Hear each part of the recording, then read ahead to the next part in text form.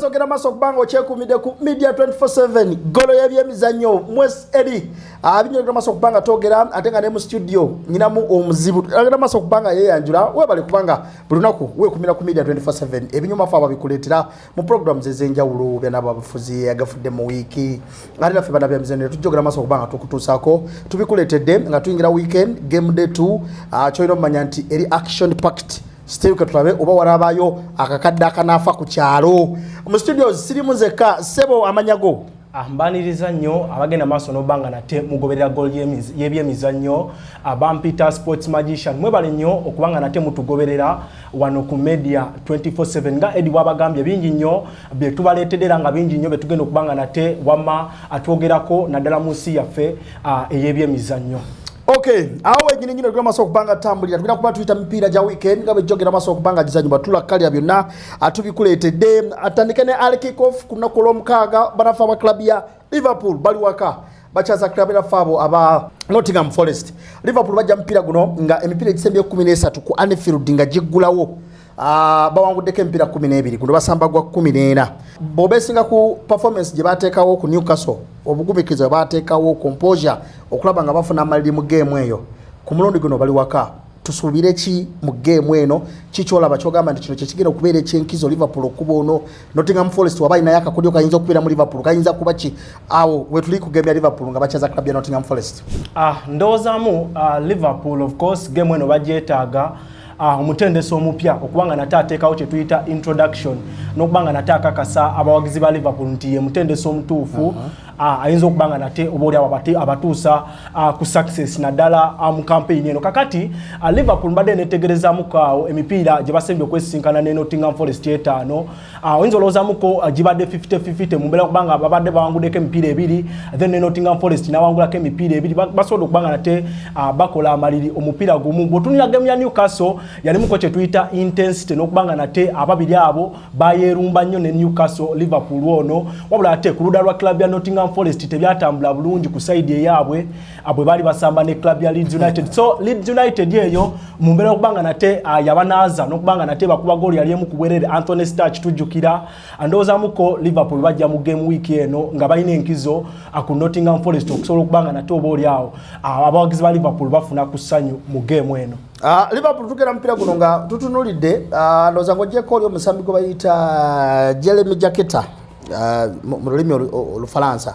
nga akuba central defense ne Van Dijk ngadda mu bigere bya Konate twamula mpira gwa club ya Fabo aba Newcastle andoza ayina okumanya nti tayina genda kuba Van Dijk twamulabye kasito mutika ke misinde tegikyalimu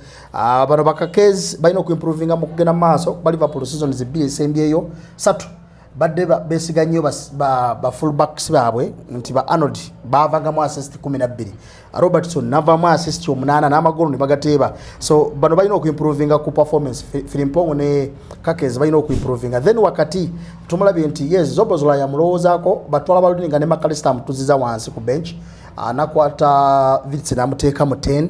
then kati onakwata bano ba Isaka ajja muteekayo kodega kipokulanga yasamba bulungi yadde abadde mawulire nti bamutunda tebamutunda osubira how best can Ariola jasolo kujayo line up ngagera ku approaching team ya Nottingham Forest jomanyi nayo ino omutendesi ayina football IQ eyamani ndowooza muko natunula muko ku game ya Leeds United nga omuvubuko ogoyogeddeko Jeremy Jaikwet balina kye basamba ne Virgil van Dijk ekyokubanga nategerako nti baali baswitchinga muko Van Dijk agira n'atambulamu then Jaikwet n'abanga asigalawo ekitali kirungi era bw'otunulira ku goal Newcastle ze yabakuba azaliza counter attack kyalabikanga Jeremy Jaikwet atambudde then Van Dijk n'abanga asigaddeyo yekka ate nga Van Dijk tumanyi bulungi ina speed pesi ye ntono nnyo olw'emyaka so ndowooza muko ensonga gyoyogeddeko ya Jeremy Jaikwet okubanga tatambula nnyo kubanga amuleka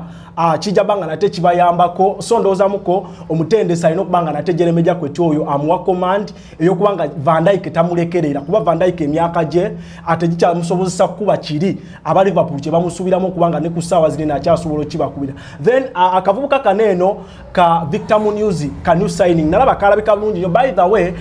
bwe bali bakuba equalizer akavubuka ako ke kasobola okubanga nate kabafunira penalty so ndowooza muko omutendesi alina okubanga nate akalowoozaako nakalaba kalungi mu kubanga nate ka switchinga kalina amagulu gombi asondoozamuko abayinza okubanga nate bakayimirirako mu mbeera okubanga nate balaba nga bafuna obuwanguzi naddala mu game y'abanaffe aba Nottingham Forest. Okay, awo nyinyi otujja okusabira ogere maso kubanga oterako comment olowooza gugwa gutya Liverpool ale kick off ne banaffe abo aba Nottingham Forest mpaka eza English Premier League. Still on that same Saturday tulina game enene mu ggwanga erya Bungereza esinga ne Liverpool Nottingham Forest. Tulina game Spurs nga bakyaza club ya Newcastle.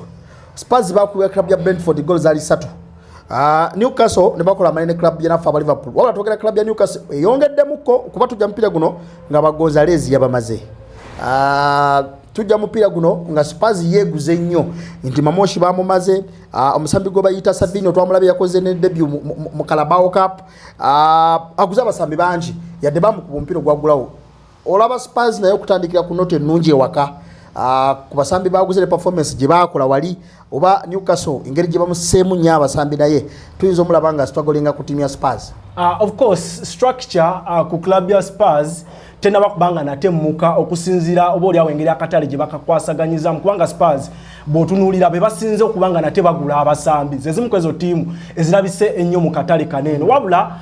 ezimu kweze ensobi zendowooza muko mutendesi Roberto Di Zabize yakola mu game week 1 kyekyo okubanga nate new signings zonna kumpi yaziwa omupiira omulundi gumu kyesirowooza nti kyali kituufu olw'ensonga y'okubanga abasambi baneeno tebaafuna kadde kamala mu friendlies then ekirala buli omu tannaba kubanga nate ategeera munne obunafu bwe munne amaanyi ge so ndowooza muka mu game week 1 omutendesi yeye mukweza ensobi ze yakola then ekirala bw'otunulira club y'abanafu aba Newcastle of course speed yaabwe yali nnungi nnyo nga basamba game ya Liverpool eyo era omusomesa waabwe ndowooza muko notes yazibala bulungi then engeri gye yali akolamuko substitutions ne timing ndowooza muko basobola okubanga nate abateekawo kekibeera newankubadde nga Spurs ojja kubanga nate ogisuubira okubanga nate newankubadde nti mu game week 1 baakubwa basobola okubanga nate bajje waka ne bagezaako okubanga nate bateekawo kekibeera naye nga si mupiira mwangu ng'abasinga we muyinza okubanga nate wamma mugulowoozamuko naddala gwe Munnayuganda wamma atuwuliriza. Tugenda mupiira guno nga byalina okutegeera nti Spurs emipiira egisembye 14 nga basamba club ya Newcastle. Yes. Tebakumyemu clean sheet yona. 14.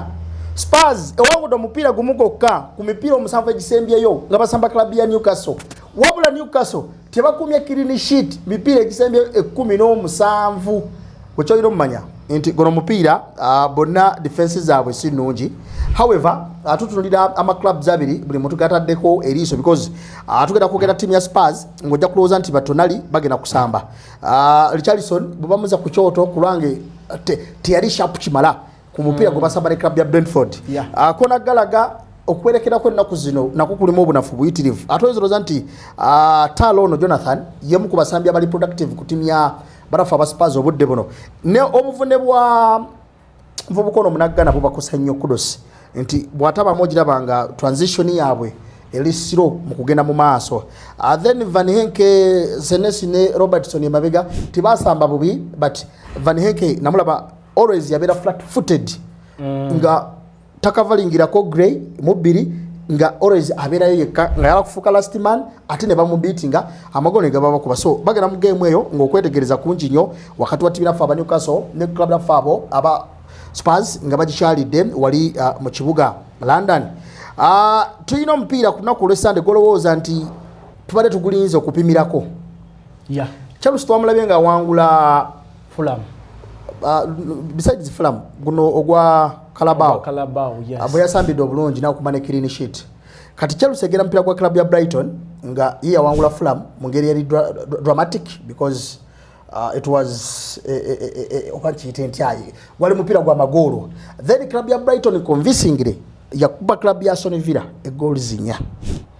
Brighton bagisisemu endeta yaye badde entono but ba maintains their style of play. The team egenda okupossessinga, the team egenda okukwata ku break but Trabi Alonso ali mu introducinga yo Pedro Paluma ne Morgan Rogers. Obuzibu ogenda bulaba wa obuyinza okwolekera club ya Brighton nga bakyalide club ya Chelsea ku Stamford Bridge.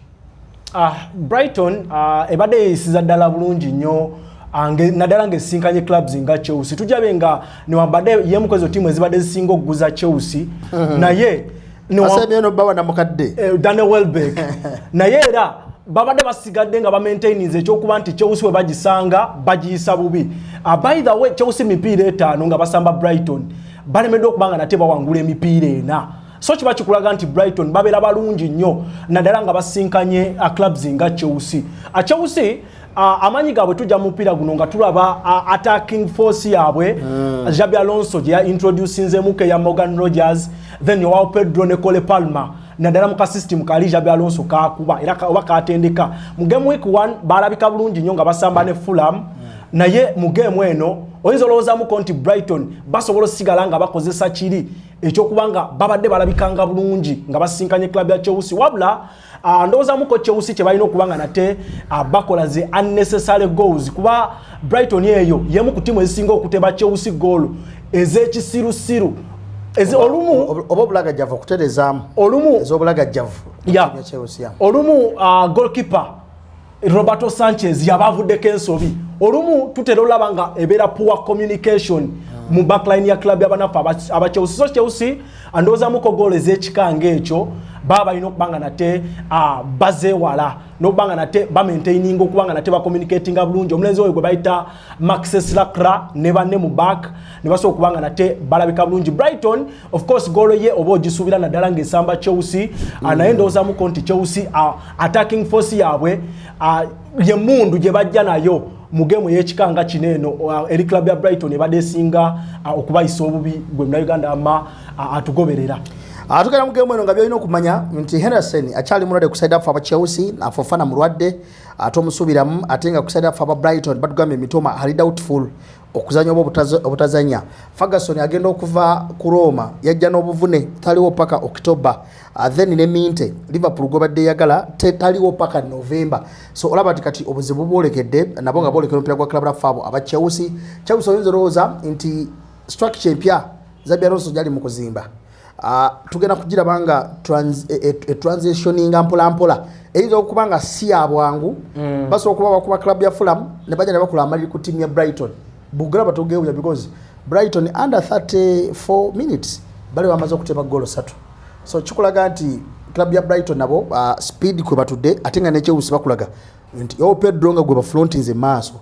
Paluma ne Rogers nga bamunoonyeza emipiira gye bamusonsekera ate nga nabo basobola okuteeba attacking force eyo Brighton balina ogenda maaso n'okubanga bagyegendereza yadde Brighton luta maaso awo bano ba kyempongo balina omwegendereza because ali so sharp asumbuwa muddusi mulungi mu aerial balls. So tuyinza okulaba bwekyolomanya tiimu zirina okweteeba gwomusibi wa kapapula zenkubulya tiimu zirina okweteeba yadde ebipiira gibadde gisembyewo almost nga 21 Chelsea ina muwinize 11 Brighton ina muwinize 7 but ebiseera ebisinga ebya5 bibeerawo always current form ene matalinga nnyo n'engeri gyoba weetegese abatendesi bapya bona bagenda maaso okubanga bazanya still tugenda kubeera n'omupiira gwa ttiimu nafe aba Manchester United batuuka ne club ya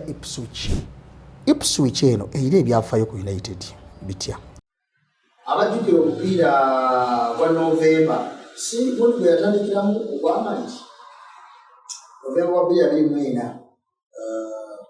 nasebe kibalo yes mukatandikiramu kakakutte bamaze okufumula oli kabumba nekajja nekakola amaliri bw'otunuulira games zibaddamu okusanya United ekwawula batuka club ya Ipswich ekyuse eyongeremu ku basambi ate team ya United eri hungry for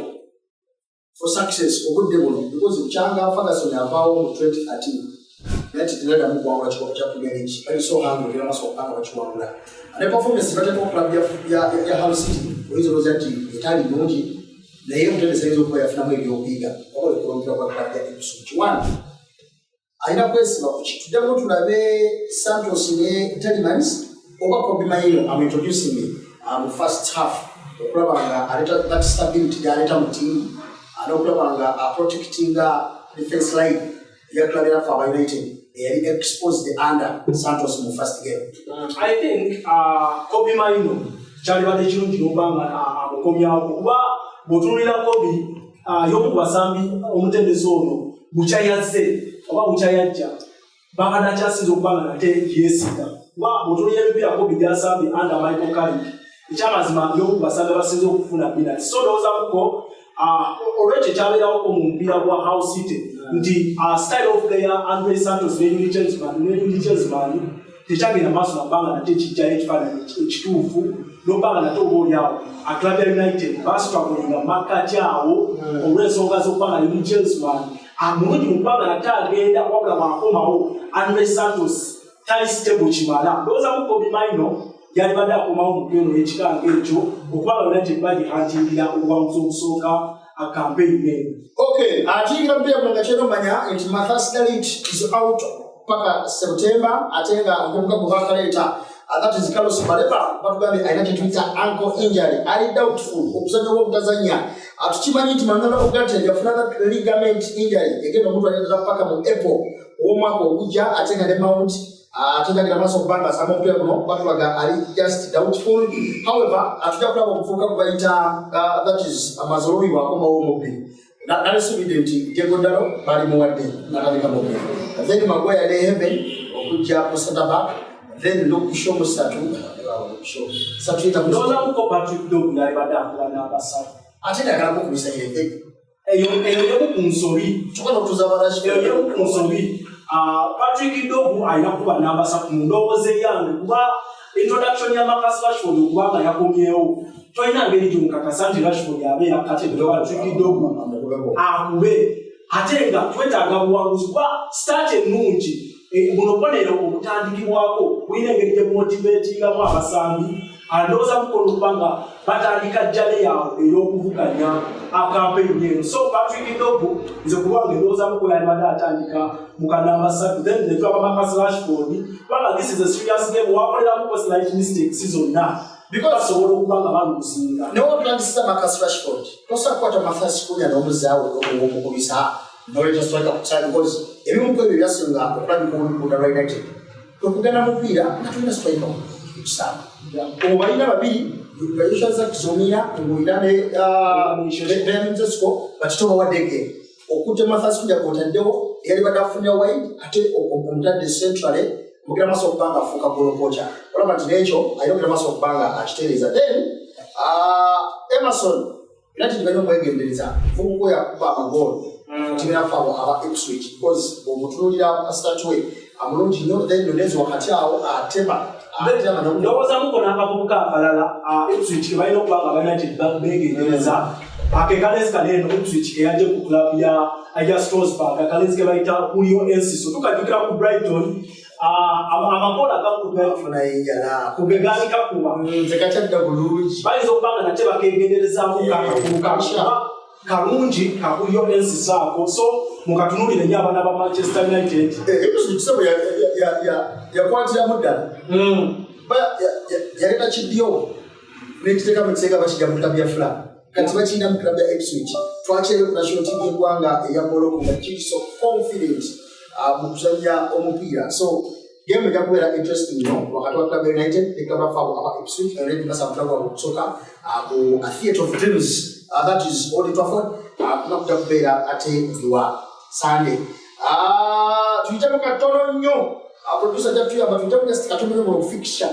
laliga tulina Madrid nga basamba barafa abamalaga tulina Deportivo La Coruña nga basamba Valencia South Africa ne Bilbao ate nga tujja kubeera ne barafa Levante nga basamba Real Betis Real Sociedad de Espanyol Sevilla ne Atletico Madrid ate nga mulije kuwanga ya Uingereza kunaku lw'omukaaga Coventry Hull City bottom of the club aba Everton then unakuolwe mande tujja kutotogera ku Arsenal kino nga tule twagala tubigatte because ebirabira unaku ebitogera maaso okubanga birawo nga tuva wano kiki ky'oyogera ku transfer ya Martinez okugenda mu club aba Chelsea. I think it's a good transfer. Bw'otunuliramuko ku bizibu ebimu ebibadde bitawanya Chelsea goalkeeping department ebadde nfu nnyo Roberto Sanchez by the way mbadde ntunuliramu kaawo nga goalkeeper ali omuyeka abadde akyamusinza okubanga akola ensobi goalkeeper gwe bayita Batvapogen so Robert Sanchez ensobi ezo ekyokubanga nate abadde azikola kibadde kikwesitinga nnyo Chelsea era ndowooza muko nti Martinez bweteeka ekyemyaka 33 Roberto Martinez yegase ku club ya Chelsea ndoza muko asoba na taba kechenja muchagata ku squad y'abanafa ba Chelsea mumera banga nate akumaninga bakwaga tumulabenga asamba ku high level World Cup exposed tumulabenga asamba ko n'abasambi abali so world class abasambinga balijana Andreas Messi ndoza faces mu musambi ali tough whatever because bonga mati 2022 yaina bamba nga ba stopping buno World Cup mutumaze abeli bayamini ya mama Richmond achigezezako era ndoza bali proven beyond omuchare balagira maso kubanga subira Arsenal bacharona ku nsonga ya Alvarez however match Alvarez yali yagala Barcelona batatu ku mapi ekigamba Barcelona futi tugenda kuzara hivyo wa from Sambi na option hiyo ya Arsenal Arsenal yesiyo ku bate yatayagala Barcelona ndoza muko bamanyi achaso kubanga natade libanga yagala so kukaza atakwagala bo bazali ndeka Bwana mugamba icyara tugenda yapaka obamanyi so ndoza muko statements za Alvarez recently wala batonga yaga club yo kaya Barcelona nayo ba qualities zalina ngo musambi Miguel Arteta alabanga a style of play system ye yasamba umbuko nasobola kubanga defeatinga mu bulungi so ndoza mu Miguel Arteta yensonga katwende twabe abina mbera wo ensonga za Julian Alvarez nayo olwa statement yeri yokubanga yayagala kwegata ku Barcelona ebira basubanga natekwe ebibuzo bingi nti kizo okutasoboka kizo okusoboka katwende twabe obugambo bwokusemba ngosibula abanayuganda bakaba okubanyujulirwa lero mbebaza bwebanga nate mugoberera ensonga bwebanga nate mulize ebyemizanyo goli ebyemizanyo bwekyomanya ffe tusimbudde kyolina okubanga nate okola okwekumira ku media 24/7 nokubanga nate wama ogoberera UEFA Champions League kyeyinza okubagamba twasobola okubanga nate tutegeera buli club timu gyerina okubanga nate esamba abaana ba Arsenal Chelsea temwakiika Manchester United twategedde bemugenda okusamba Aston Villa wama nawe gyemuli so nga ne club ya Manchester City nabo twasobola okubanga nate tutegeera wama clubs zibagenda okubanga nate basamba mu mwezi ogusooka okwali UEFA Champions League wabiri emipiira 8 ena waka ena kwawe zabo kujukiza bafa aba umukancho performance oyo mukolochi inakuwanjula inambaga oina graduation